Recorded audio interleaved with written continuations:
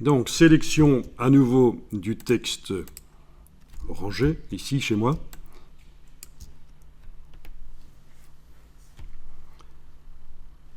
Je vais mettre une ombre en dessous. Pour bien voir ce que je vais faire, j'ai la possibilité de demander affichage, masquer le contour de sélection. Comme ça, tous ces petits points qui indiquent ce qui est sélectionné ne seront plus visibles, même si l'objet est sélectionné. Masquer le contour de sélection, vous pouvez utiliser le raccourci en fait. CTRL-H sur le PC, Commande-H sur le Mac, oui. Donc, c'est comme un interrupteur à bascule, le raccourci active et désactive l'affichage des vecteurs. Voilà, donc l'objet est toujours sélectionné, mais on ne voit plus les vecteurs. Comme ça, je vais bien voir ce que je vais faire ici, l'ombre. Et donc, vous allez dans Effet, Spécial, Ombre portée. Je vous l'ai montré précédemment quand j'ai fait l'importation du texte, le titre de magazine, je l'ai importé sur une page et puis j'avais mis de l'ombre. Et voilà. Donc c'est Effet spécial, ombre portée.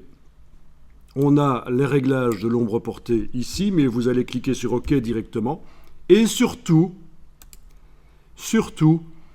si vous voulez modifier l'ombre portée, vous ne retournez pas dans Effet spécial, ombre portée. Parce que si vous essayez de faire ça, Illustrator va même repérer que vous êtes en train de faire une bêtise. Effet spécial, ombre portée. Si on y retourne, Illustrator vous met un message. Attention, ceci appliquera une autre instance de l'effet. Donc vous allez mettre un deuxième effet d'ombre portée. C'est pas comme ça que vous allez modifier l'ombre portée en mettant un deuxième. Donc vous annulez dans ce cas-là si vous avez fait cette erreur de retourner dans le menu. Donc dans Illustrator, pour modifier un effet spécial qu'on met sur un objet, c'est par la palette aspect qu'on va le faire. On va le faire ensemble. Alors, sauf l'effet spécial de décalage qu'on a fait précédemment, qui lui est à l'ancienne, il n'est pas dynamique, il n'est pas modifiable. Une fois qu'il est fait, il est figé. Ce décalage, cette forme, c'est figé. Il n'est pas possible de la modifier. Mais l'ombre, oui. L'ombre, elle est dynamique. Ça veut dire modifiable. Dynamique, ça veut dire modifiable en infographie. Alors justement, comment est-ce qu'on fait? Bon, l'objet est toujours sélectionné, on est d'accord. Si je fais CTRL-H, je vois qu'il est sélectionné. CTRL-H, voilà. Commande-H sur le Mac.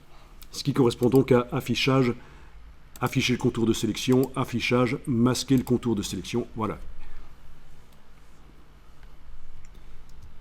Alors, on va aller dans la palette Aspect. C'est la première fois qu'on va dans la palette Aspect. Menu Fenêtre, Aspect. Une des palettes les plus importantes dans Illustrator, je vous l'ai dit, et vraiment une révolution.